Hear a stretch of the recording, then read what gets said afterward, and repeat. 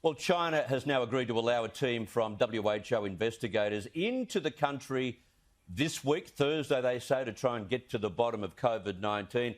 It comes after the trip was stopped in its tracks last week by the Beijing Foreign Ministry. Can I ask you, Gideon, what's your tip? Were they embarrassed by the world, embarrassed by the WHO into ensuring that this goes ahead, or was it just Chinese customs paperwork that got in the way, as they said?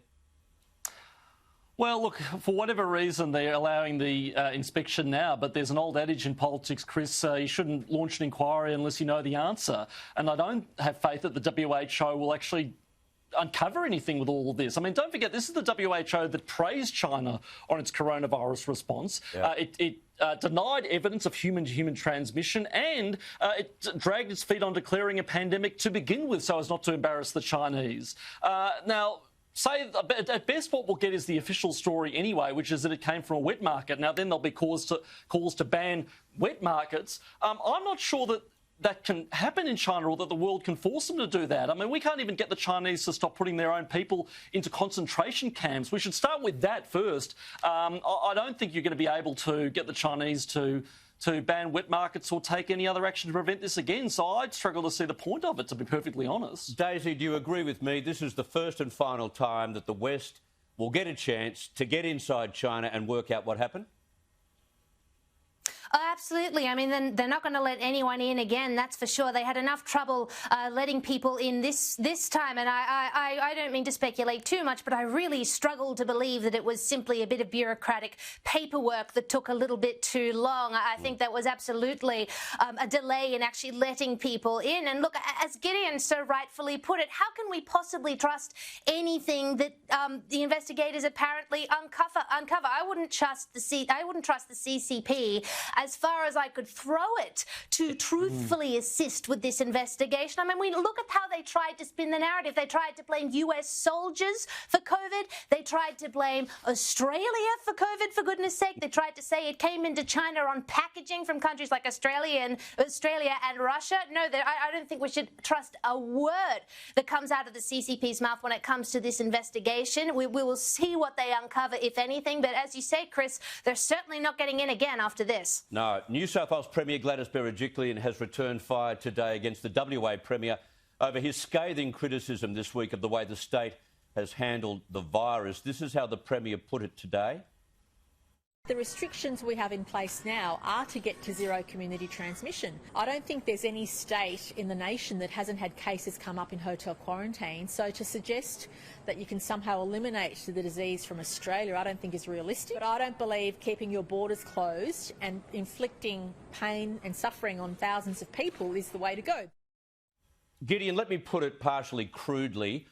Gladys Berejiklian has saved Mark McGowan's sorry backside throughout this pandemic because of the number of West Australians she has been prepared to take.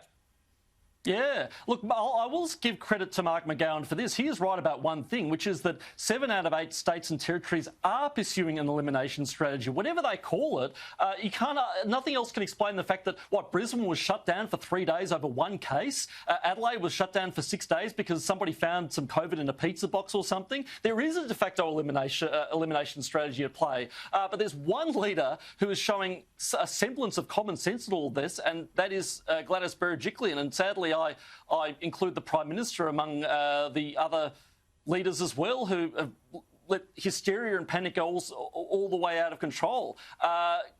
Whatever Mark McGowan may think, no amount of forms or hard borders or lockdowns or destroying businesses can eliminate a virus. A virus is a very difficult thing to eliminate at the best of times, and I don't think this state of origin, parochial, chest-beating politics is doing anyone any good, except maybe Mark McGowan and his news poll ratings. Yeah, Daisy Cousins, the Premier of New South Wales, used the word pain today, and this is her strength, the ability to understand that apart from the fear of a virus, people suffer, they inflict pain by making silly decisions about borders, don't they? Oh, completely. I mean, Gladys Berejiklian's response to COVID-19 has, I think, been not just the best in Australia, but the best in the world when it comes to balancing the virus, helping people remain healthy, but also allowing people to live their lives as best as they possibly can. And as you put it, minimising the pain they feel when it comes to business closures and border closures and all of that kind of nonsense. I mean, we in Brisbane, we just endured a 3-day lockdown over one case, for God's sake. We've only just had the second one today, even though this poor woman was infectious in the community for 6 days. We've only just had the second one test positive today, and that was her partner, who was a close contact with hers. And Anastasia Palaszczuk said, get this, she said jovially, just think of it like a long weekend at home, Brisbane people. How dare she trivialise people's lives like that? People who rely on penalty rates, for God's sake, over the weekend. People who are getting married, who are going to lose probably tens of thousands of dollars from their activities. How dare she behave like that? The only premier who really weights people's pain and people's lives properly is Gladys Berejiklian. Yeah, that was an insulting comment to make. And you've got it right. The pain that people suffered just in those 3 days, relying on events, as you say, weddings and other events, and their jobs to pay the rent the following week. It was understated and trivialised by the Premier of Queensland. Well, the outgoing President of the United States has declared a state of emergency today for Washington, D.C. It comes after the FBI warned of an impending widespread armed protest for next week's inauguration of Joe Biden. It's interesting, this is a real worry if the FBI has got its intelligence right, Gideon. Well, it is a worry if the intelligence is correct. My view is let's wait and see. Obviously, any kind of armed conflict, any kind of vigilantism or militia group springing up is a concern. But quite frankly, there have been roving militia gangs terrorising the United States for months now around many major capital cities in the US. There's been 19 people who've died in the Black Lives Matter riots. There have been buildings looted, burnt to the ground, all manner of violence.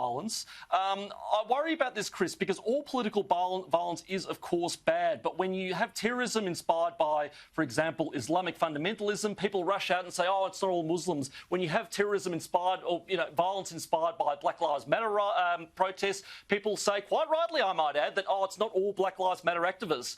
With this kind of political violence, there is an attempt to smear every single person who supported Donald Trump, voted for Donald Trump, spoke favourably about Donald Trump. You have people being booted off Twitter and Facebook left, right and centre. I think this would be it would be very, very dangerous if speech is suppressed and Conservatives are targeted because of some sort of link between conservative opinion, such as that we're doing on this show, I might add, and the threat of violence. So I think on this stuff we need to take a Bex and a good lie down. I think we need to be consistent and say any political violence whatsoever is bad, wrong, and agree on that and be done with it. A Bex for everyone, I agree.